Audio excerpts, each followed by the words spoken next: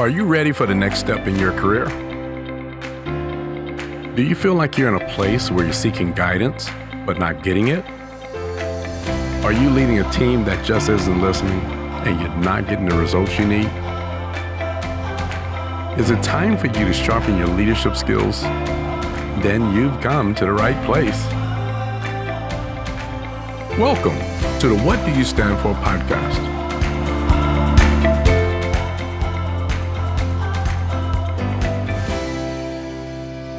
So here we are. I want to welcome everyone to the What Do You Stand For podcast. Yay. The place where emerging leaders in hospitality come to be informed, transformed, and inspired. We are all about leadership. Today, I'm coming to you with, I'm embarrassed to say, those of you that have video can see that I'm long overdue for a haircut. Really? Tighter than what it is today. You guys, you're long overdue for a haircut? I'm long overdue, at least 2 weeks. 2 weeks. Oh God. Wow. And I want to share with you, and I'm speaking with the squad here. We have DJ. DJ's with us. What's up, y'all? We have Alejandra. Hello. We have Jerry. Hey guys. And of course, we have the resident loudmouth troublemaker, actor of gold, Colin. Hello, Arthur. How are you? Hi, team. How's everybody going today? Good. How are you? I'm good. I'm getting over this lack of a haircut. Over the last 10 days, I tried 3 times getting to see a barber. Oh no. And he canceled on me at the last minute 3 times. Like 4:45 for a 5:30 appointment. Oh. Leaving me looking shabbier than I want to look. And I have to tell you, each time he canceled on me, he gave me some lame duck excuse. And as I was hearing this excuse, what was going through my mind was, that's a dude that just ain't into his work. He just wants to get home. Have you ever been around folks who just really weren't into doing what the job was? To them, it was just a paycheck and they just wanted to get home? Mm-hmm. Yeah, I've been there. Yeah. And today we're talking about the concept of, in your work life, what should you do? Do you love. Yes. I know that's an adult version. That's honey iced tea. Yeah, this ain't the G-rated version of how we express that, but today it's all about do you love. Yeah, the concept of doing you love, what does that look like to each of you? Example for me is when I'm, when I was dancing, the clean kind, by the way, but wait, Thanks did for the you dance the not clean kind too? when I was doing ballroom dancing. Oh, That's different. My mind went elsewhere on that one. Exactly. I'd be willing to spend 5 hours on the dance floor, just practicing.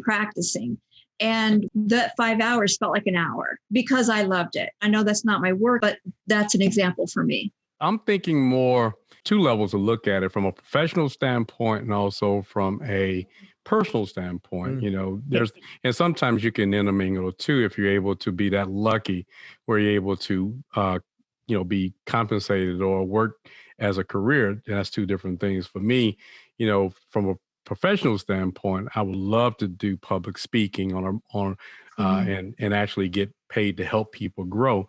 And on a personal, should do a podcast. Yeah, I know. We should do something like "What Do You Stand For" or something like that, Exactly. right? What's that?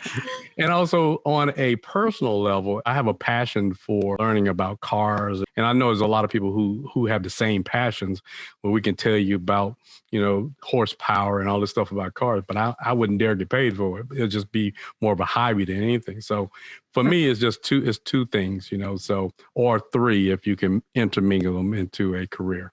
And you're saying that sweet spot is when your personal passion blends in with your paid job. That's the sweet spot. Amen. I think you are so oversimplifying this topic, because I think that when you're thinking about a career and what you're going to do long-term in life, I agree with what everybody's saying, right? But not every job that you're going to have is a career. Mm-hmm.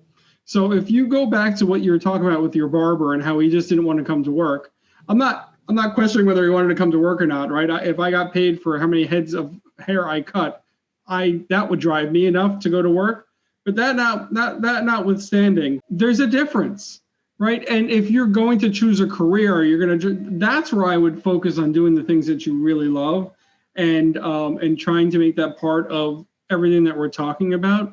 But not every job falls into that category, and we're talking about do you love right now. And in our industry, there's so many people out of work, right? And they want to do anything that they can do. They want to do. Oh, just throw it to me.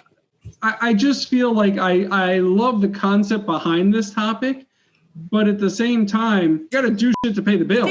I think it also comes from internal motivation. So as somebody who is out of work in the hospitality industry right now, any job would be the best job in the world. It's not necessarily a career, but it would certainly make me happy because it gives me the opportunity to take care of the things that I need to do at home. And sometimes the job that you currently have now that maybe is a step into your career, while it's not making you the happiest, it allows you to do those happy things outside of work, which sometimes is what you kind of have to get yourself through. But I do agree with what everybody was saying. Is it unreasonable to set a goal to try to achieve that? Not at all. I think it's a great goal to have. I think you have to. I think you start out trying to do that. And like Ali said, the many steps along the way are all, character building. I don't think at any point in time somebody gets up and says, you know what? I want to go and work at something I don't love. We're not talking about what's happening right now today. We're talking long term, and we're talking about trying to point yourself in the direction of doing something you love. Are you looking at basically the things that you feel deeply and passionate about? And I think a lot of times people should look at that too, in terms of how do you think big and stuff like that? Because a lot of times we have passions that are really big and ambitious. How do we tie that together with our passions? I would throw out, is this aspirational? Maybe on some levels, but there's an intentionality that I'm suggesting that people become intentional about identifying what they're passionate about and then seeking to get paid to do that. And I will wager you will be much more successful in the long run if you're doing work that you enjoy and that you love than you will be if you're doing work that you dislike, that you hate, and it's tedious. I will wager you will never be as good at it, and you won't stay at it very long. I guarantee. I agree. I think that all of this starts with the question, what do you stand for? And I think that starts with reflection and sitting down and saying, these are the things that I love to do, and these are the things that I want to do, and taking the time to really discover where you can find a job that can pay you, because money's important, but one that can also fill you up from the inside. But just sitting down and really thinking and maybe putting words to paper, or ask your friends. I'm sure if you ask people, they can tell you what you're good at. That's a good point. Ask people what they think you're passionate about, what they've seen in you that drives your passion. Sometimes it's nice to have that outside opinion from people that you know and trust. I totally agree with that, because one of my things is, what are the expectations of what you have? What motivates you? Will it pay the bill? And, do you have someone that can help you navigate through that very same thing you're saying, Jerry, is very important. And also, what is the ulterior goal? What are you trying to get accomplished? We need to look at, this is a goal. Is it a hobby? Is it a career? Whatever. I think you have to hone those in. All right, so here's a question. I'm coming back. I'm coming at you guys. I'm a young manager. Ali, you're a young manager, okay? Okay. Right. Yep. And got a job. How are you going to coach her now to everything that you just said? Right? Because I'm fighting the idea that you guys are living in some world where the sun is a different color. So I want you to give our manager in residence here, some advice on how to do what you're talking about, right? Hospitality is sometimes narrow in terms of what people give it, because, the skills that Ali has or has gained through it can actually move into many different fields. What you're passionate about, Ali, you really have to kind of sit down and really focus on some of the areas that you want to go into. And stay in your lane. But the problem with that is when you have new leaders who are out there who want to keep you in the same pigeonhole, they don't want to give you a chance. And I think Yeah. new leaders and even older leaders fail to look at what transferable skills are where people are most passionate about, where they can benefit from. They lose those opportunities. Leaders have to be able to see all of that, has to be very diverse in term and flexibility to what the talents are. All of this right now, it's hard because like you said, I'm not necessarily working in that field that I do love. There are so many skills that you can take of the things that I love doing and just like repackaging them and putting them in a different place. So that's where am now, right? Trying to find a new avenue, a new lane, as you were saying, a new lane for me to jump into. I'm trying to convince clients that they should look at people with other skills or other disciplines that they may that are transferable, and it's not so easy to do. Jerry, did you have something you wanted to share? Keep doing what you're doing. Identify what it is that you want to do and get as much education in that area as you can. Follow people around. Find out what it is you want to do. Find out what it is you love. And even though you can't do it right now, there's no point in living the rest of your life doing something you hate. If you hate it, if you don't enjoy it, then make a plan and get your ass out. There's so many opportunities out there in hospitality. So if you find yourself in a role that you don't enjoy, if you take the long perspective on the industry, there are and will be a ton of opportunities out there across a wide range of different types of hotels, restaurants, entertainment venues, places to go that where hospitality leadership skills are embraced and needed. The medical field. I'm sure you can list a lot of industries that are embracing skills that leaders in hospitality have now. So there will be opportunities that will come your way. All right. But first you got to have a sense for what you enjoy and try to direct your footsteps in that direction. There's talent, there's what you enjoy, and then there's opportunity. When all of those three things come together, then it's beautiful. You can catch a wave, and 20 years go by, you'd be like, man, 20 years went by, I've grown, and I just really enjoyed it. I really enjoyed it. Or you can be stuck in some role that you hate, and 2 years go by, and it will feel like 20. I think it's very easy to be comfortable in that job that you're just okay with, right in your lane and everything's good. But I think that you need to be, I guess for me, the job that I was previously working at, I do love it, but it's not something that excited me anymore. I didn't feel as fulfilled in it, even though I knew I was really good at it. So it was leaning into that discomfort and saying, I think I'm going to have to make myself a little uncomfortable to find something that makes me happier. And it took me doing a position that I don't necessarily love, but finding people there that were able to help reroute me. Then everything, of course, went down and things are changing now. But it took me saying, okay, so I'm comfortable here, but I don't want to just be comfortable. I need to make myself a little uncomfortable to make a change. I'm just curious, how many of you actually had a career plan, or you had somewhere written down a list of positions that you saw yourself achieving is on your career path, on your way to some goal that you had out there? I don't know if it was written down, but I knew that I wanted to be a department head by 25 and a division head by 30. Like that was my plan. You do the job that you have to do to get to where you want to go, but all the while you're building those, your toolkit for the arrival that you wanted to make. What we're really talking about here is think big and act small.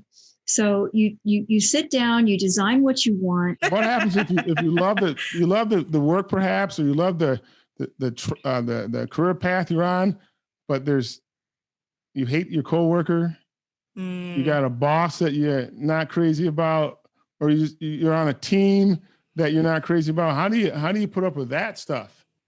It's hard. That's hard, man. I gotta say. Transfer. Hey, if you're lucky enough, you do, right? And then that's your opportunity. If there's opportunities, yeah. And that's also your opportunity to explore other things. Exactly. You totally get that. You learn from everybody. So Mhm. I would certainly say there's a period of time when you're working with that person you do not like, or for that person you do not like, that you can learn from. But find something in your day that Yeah. you enjoy, Right. right? Something in your work that you enjoy. Not everything's gonna be miserable, right? There is Right. something that you go to work for. Like if it's going to work to see Arthur, right? Arthur and I, there was many a day where Aw. we got to spend time together, and we did not want to be where we were, No. but we got to spend time together, right? So there's a positive to it, the camaraderie with your teammates. You owe it to yourself, right? And I guess this is the part that I think means more to me, right? When you say you do that you love, you owe it to yourself to find something that you love every single day and bring it to work, so Mhm. that you can enjoy being there, because work is work. We can call it whatever we want to do, but work is work. You want to enjoy being there. Some of us are lucky that we have something that we love to do every single day. Yeah. But if you don't, you can find something and you should bring it. It is a bad boss, and it is preventing they are preventing your happiness. Sometimes, even if it's lateral, because I had to make this, I went out on a limb and I did my best to try to see eye to eye. I was moved forcibly, and it was literally the best thing that ever happened to me. So that was the best thing that that boss ever did for me, was saying, we're never going to see eye to eye. And they got rid of me. And I love my job after that. Two things that I learned along the way that I think apply here, and I'll never forget. The first was what you give energy to and attention to grows. Mm-hmm. And the second one was never let one person determine your career with a company. So Amen. if you got one person, either a boss or a coworker who's just, it's driving you batty, step back and look at the big picture. Yeah. Even if it's your direct boss, look at all the opportunities and everything that's in that environment, and not just that one person. Then once if you're only fixated on that one, my affection referred to them as that idiot boss. Mm-hmm. Yeah. Yeah. If you're only fixated on everything that they're doing to drive you crazy, all your energy goes to that. And it's like, nails on a chalkboard whenever they speak to you, and you put blinders on, you miss out on everything else that's going on. Go ahead, Are Colin. you doing shit you love? Am I doing shit that I love? I love, for lack of a better word, kind of how you frame it. Within the role that you have, there's stuff that you just got to get it done. It's a tedious.